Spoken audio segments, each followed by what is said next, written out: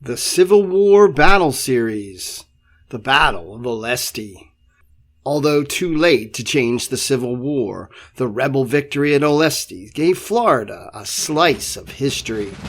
In the waning days of the Civil War, a hodgepodge of green troops got their first taste of action.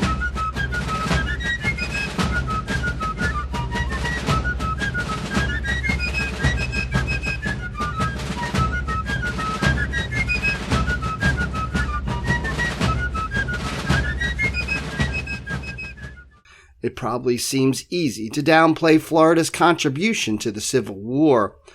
After all, the state fielded only about 15,000 soldiers to the Confederate cause, a pale number when compared, for instance, with Virginia's 155,000 or Tennessee's 120,000, and no major battles tore apart its fertile soil. Also, because many of its major cities and ports fell to Union occupation early in the war, the extent of Florida's rebel activity was limited to raids and minor skirmishes. Florida, however, has a significant Civil War bragging right to its name. It was the only state east of the Mississippi River whose capital, Tallahassee, never fell to Union occupation. Not until the state was handed over in General Joseph Johnston's surrender in April of 1865. That achievement would be sealed thanks to a gutty effort by an amalgamation of cavalry, militia, and military school cadets coming together in the Confederacy's waning days to defeat a larger, more seasoned Union force.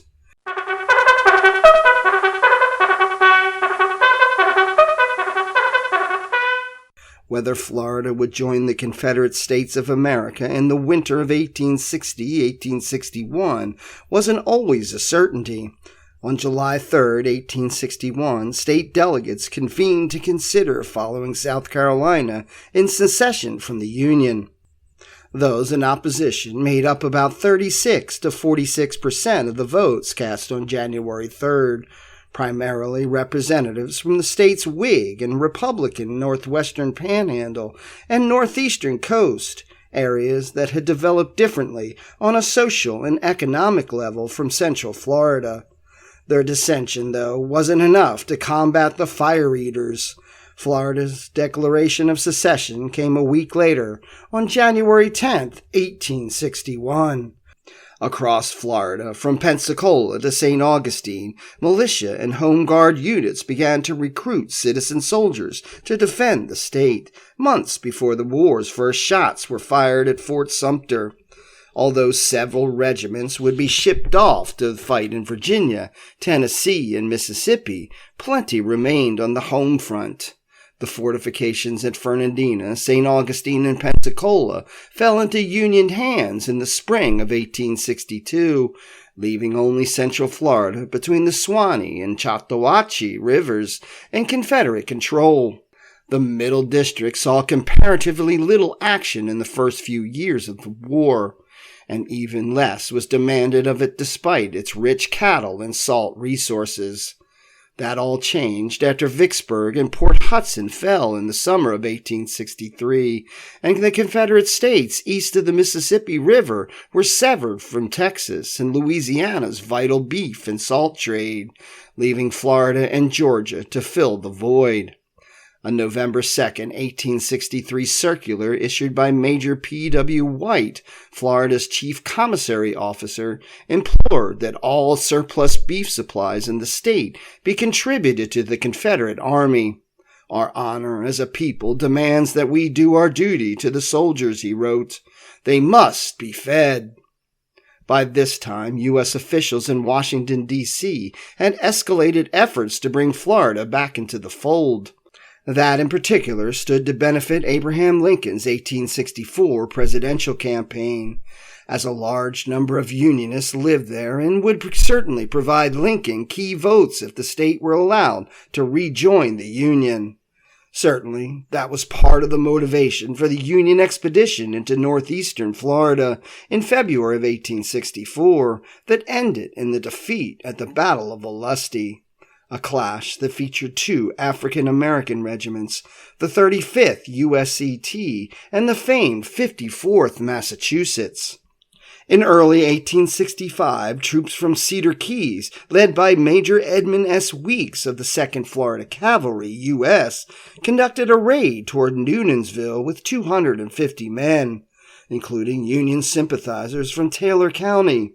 To confront the federal forces, Confederate raiders were sent in by Major General Samuel Jones, newly in command of the Department of Florida and South Georgia. On February 13th, the raiders clashed at Station 4 along the railroad near Cedar Keys. The conflict lasted several hours, ending in a Union retreat.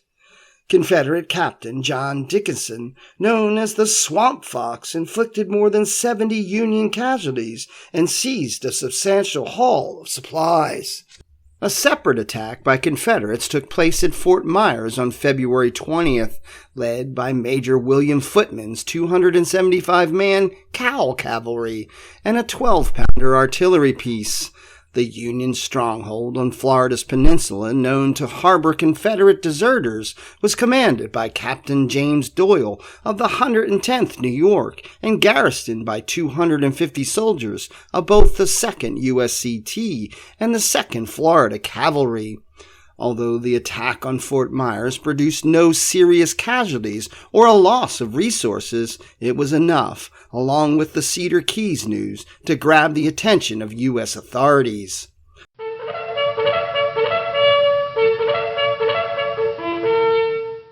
Union Brigadier General John Newton, named commander of the District of Key West in the Tortugas after the September of 1864 fall of Atlanta, felt the Confederate threats needed an immediate response and ordered an expeditionary mission to be conducted in tandem with the vessels from the East Gulf Blockading Squadron. Confident that neither Fort Myers nor Cedar Keys faced imminent danger of future attacks, Newton set out for St. Mark's. His principal goal was to harass the area's Confederates, destroy necessary war assets, and use Port Leon at the mouth of the St. Mark's River to defend against blockade runners. Depending on how that went, Newton wasn't ruling out an advance on Tallahassee, 20 or so miles north of St. Mark's. Lieutenant Commander William Gibson led the Union fleet occupying Newton's efforts, which contained 16 vessels, 13 of them steam, and carried a landing force of 900 to 1,000 troops. Among that force were the 99th USCT, the 2nd USCT, and the 2nd Florida Cavalry. Formed in Arlington, Virginia in 1863, the 2nd USCT joined the Department of the Gulf in early 1864, first seeing duty at Ship Island off the coast of Mississippi. Later transferred to Florida, it participated in several engagements contested between Cedar Keys and Key West, and had helped turn back the recent Confederate attack on Fort Myers.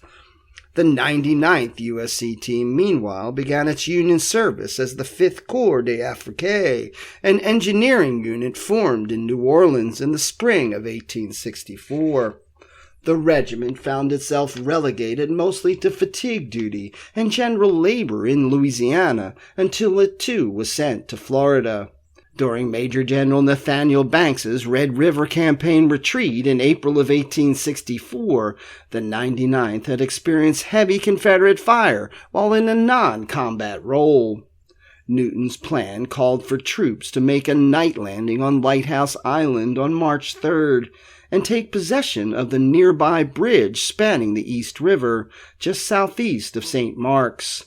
Other elements of the landing party were to disembark the following morning and advance on Newport to the northeast. After securing Newport, destroying in the process any public establishments that could be used to aid the Confederates, those troops were to advance on St. Mark's. Destruction of railroads connecting St. Mark's and Tallahassee, as well as any bridges that could facilitate enemy troop movement to and from the capital, was critical to the Union's success.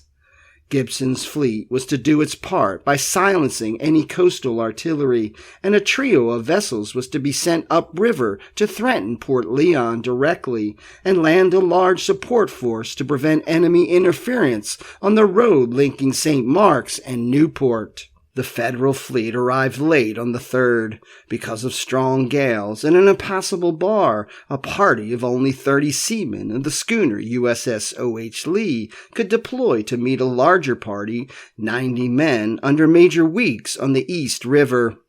At the East River Bridge, the Federal forces scared off a small band of pickets, but soon encountered roughly 45 Confederate cavalrymen who chased Weeks back to the lighthouse.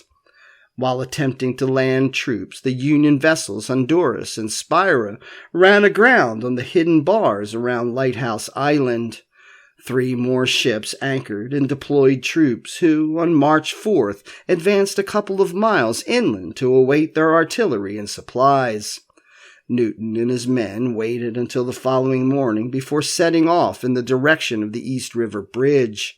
They found it partially dismantled, the planks pulled up by the Confederates, who were now well aware of the Federal presence in the area. They would also encounter elements of the 5th Florida Cavalry, commanded by Lieutenant George Washington Scott, defending the bridge from across the river. The dismounted Confederate cavalry, however, were surprised by the 2nd USCT, forcing an outnumbered Scott to fall back and allowing the Federals to repair the bridge and also capture an abandoned artillery piece and several horses before moving north to Newport with a force of about 900 men. Weeks' March 3rd assault on the East River Bridge had greatly alarmed authorities in Tallahassee, who began preparing for a Union onslaught. Should St. Mark's fall, they knew the Confederate capital was in immediate danger.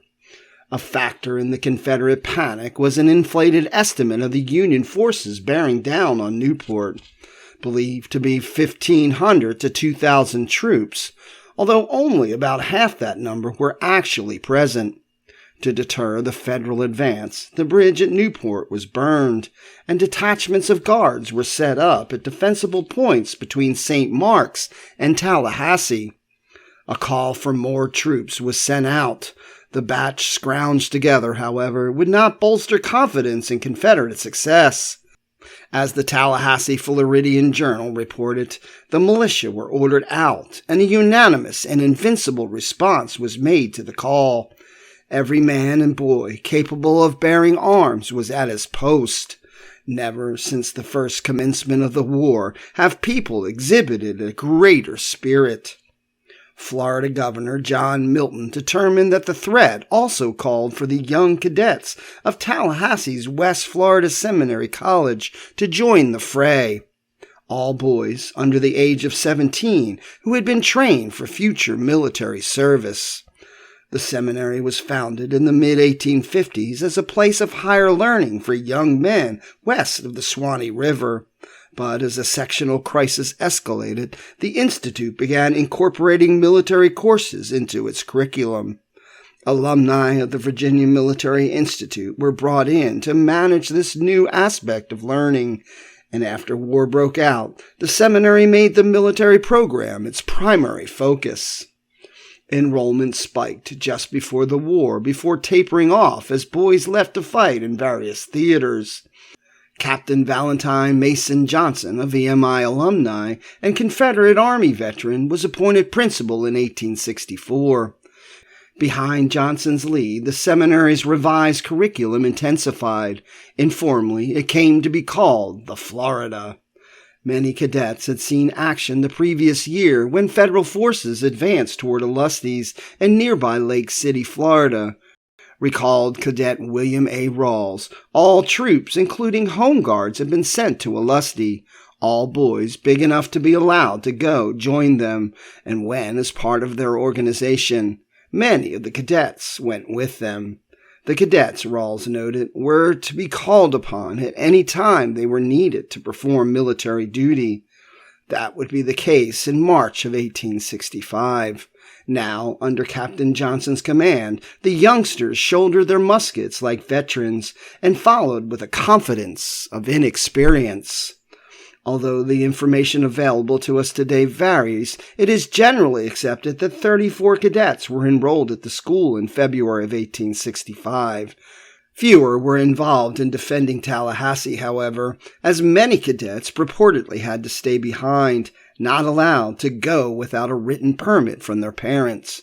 Roughly 25 cadets, aged 11 to 17, would join Lieutenant Colonel Scott's 5th Cavalry Battalion in the coming engagement. As they approached Newport, the Federals noticed curling smoke in the distance. Newton sent Weeks and the 2nd Florida Cavalry ahead to investigate, confirming that the city's bridge over the St. Marks River had been set ablaze by the Confederates. The force under Scott, which included Captain H.A. Gray and the Florida Seminary cadets, had dug rifle pits on the western side of the river, allowing them to enfilade both the river and what remained of the bridge.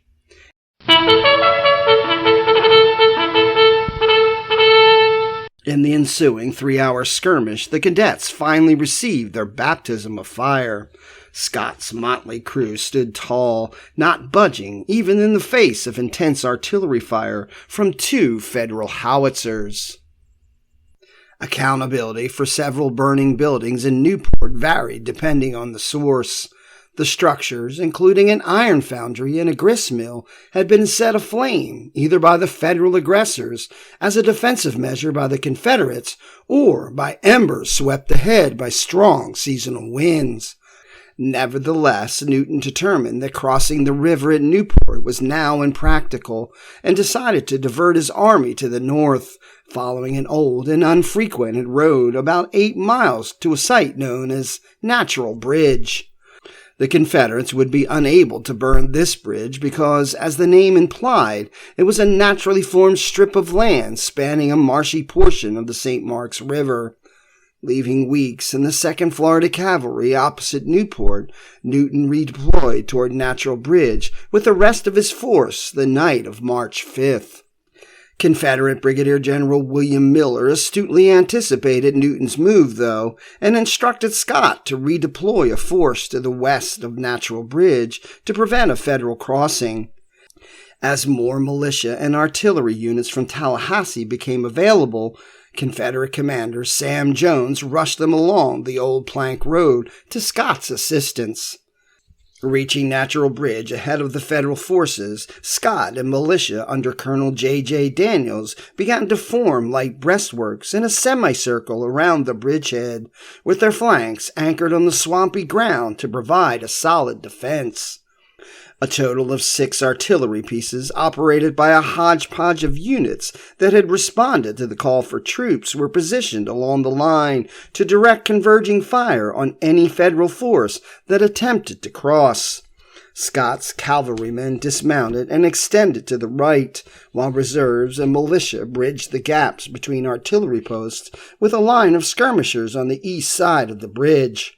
By the height of the battle, a Confederate force numbering anywhere from 600 to 700 was engaged with Newton's force of roughly 900. At 4 a.m., March 6, Major Benjamin C. Lincoln clashed with Confederate pickets while attempting to cross Natural Bridge with Companies B and G of the 2nd USCT. The sloughs, ponds, marsh, and thickets proved a major hindrance to the USCT's advance, and though the pickets were driven across the bridge, Confederates on the other side checked the Federal push. An intense firefight ensued as artillery and musket fire from both sides thundered through the backwoods of Leon County. The cadets, still at Newport, had been ordered to reinforce the new Confederate position earlier that morning and could hear the battle in the distance. As they drew closer to Natural Bridge, they could see the tops of the pine trees severed by Federal artillery fire, as well as the body of a killed Confederate. After arriving, they were positioned near the center of the line, just left of Captain Patrick Houston's artillery pieces, and told not to fire a gun unless there was a charge made on the battery. As Cadet Charles Beard recalled, he and his comrades were lined up with the troops already there, and at once went to work throwing up some kind of breastwork. We polished our bayonets beautifully in the soft sand, and soon had each man a hole and a small pile of dirt in front of it. Once entrenched, they had nothing to do but sit there and wait, Beard wrote, adding that they amused themselves watching the bark fly from the pine trees and the twigs fall from the bushes around us and shake the sand that rifle balls would knock on us from our breastworks. Newton ordered his USCT units to charge, though they were repeatedly foiled by Confederate artillery fire. It became clear that although the Federals were not outmanned, they were outgunned. Regardless, the African-American soldiers' tireless determination to carry the enemy position was impressive. James Dancy, a young artillerist near the center of the line, later described just how hot the fight had been, writing, "If I had put my hat out, I could have caught a hatful of bullets." Cadet Bird Coles admitted that, no doubt, many of the cadets would have been struck if our teachers had not watched us constantly and made us keep behind cover. Other attack options were considered, among them a spot for a possible flanking maneuver 1 mile north that was deemed impracticable, however, likely because of the difficult terrain. Advised that a flanking maneuver on the enemy's right was viable, Newton was unaware that Colonel Caraway Smith's 2nd Florida Cavalry, Confederate, had arrived that afternoon from Newport to reinforce the Confederate position. Newton ordered Colonel B.R. Townsend and Companies A, B, and H of the 2nd USCT to make another attempt at turning the rebel flank across the bridge. Meanwhile, Major Lincoln and the 2nd USCT Companies E, G, and K would team with Lieutenant Colonel Uri B. Parasol's units from the 99th USCT to provide support. Despite another valiant effort, the artillery fire was too heavy.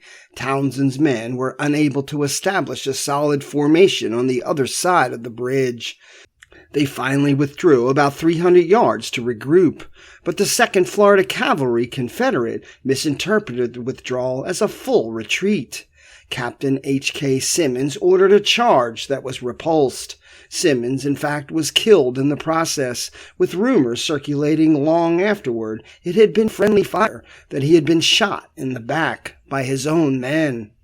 Now, Newton had no doubt Natural Bridge was too strongly defended and ordered a retreat to Lighthouse Island and the security provided by the Union fleet.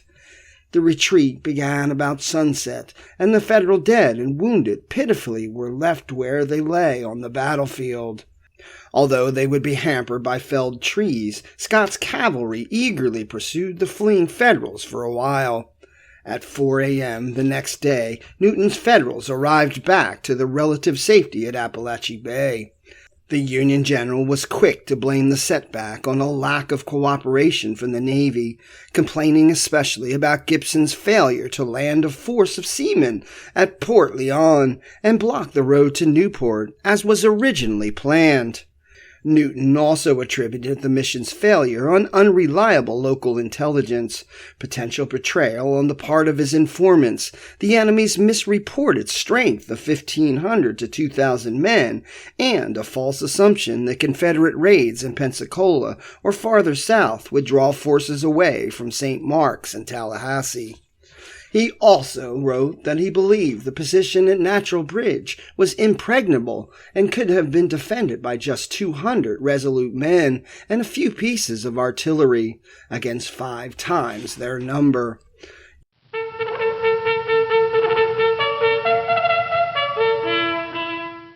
Union casualties were 148 killed, wounded, or missing. The defeated troops were sent back to the regular posts at Cedar Keys, Punta Rasa, and Key West. The Confederates, who suffered only 26 total casualties, were naturally jubilant in their victory. Although the war was nearing its conclusion, a little more than a month left in both the eastern and western theaters, the citizens and militia of Tallahassee did not know this. The outnumbered and relatively inexperienced Confederate force at Natural Bridge had triumphed despite the odds. The cadets had played a minor role in the engagement, but were welcomed back to Tallahassee as genuine heroes, and were honored with a ceremonial dinner at the state capitol. They would also eventually become lost cause icons. Earning deserved recognition for the Confederate success was Lieutenant Colonel George Washington Scott, who seemed present at nearly every moment of the crisis, from the opening engagement at the East River Bridge to the pursuit of the retreating Federals on March 6th. As one newspaper crowned, the victory could be attributed to the energetic and stubborn resistance of Colonel G.W. Scott with his small cavalry force. The Confederate soldiers had risen to the occasion, although the hyperbole ascribed to their efforts sometimes went too far. As one writer pronounced, if the people of Georgia had turned out to oppose Sherman as the Floridians have in the battle fought at Natural Bridge, he never could have reached Savannah. Victory at Natural Bridge left Tallahassee as the only state capital east of the Mississippi to remain in Confederate hands during the war, relinquished only with General Joseph E. Johnston's surrender to Sherman at Durham Station, North Carolina, on April 26, 1865. Union Brigadier General Edward McCook finally occupied the city on May 10th. Through the years, Natural Bridge would remain an ever-present memory of Tallahassee citizens. Today, through the efforts of the American Battlefield Trust and Florida State Parks, visitors can walk the ground around Natural Bridge where the fighting took place. Remnants of earthworks have been preserved through neglect and can be seen among the forested areas around the swamp. Several information markers tell the story of the battle, and a small replica of the breastworks has been recreated. A monument erected by local descendant associations in 1919 lists the Confederate defenders who helped protect Tallahassee in the twilight hours of the Confederacy and forever stamp Florida's contribution to the American Civil War. It's your history. Learn it, know it, love it. Like and follow so you don't miss any of the exciting episodes from Mad Hatter's Civil War history.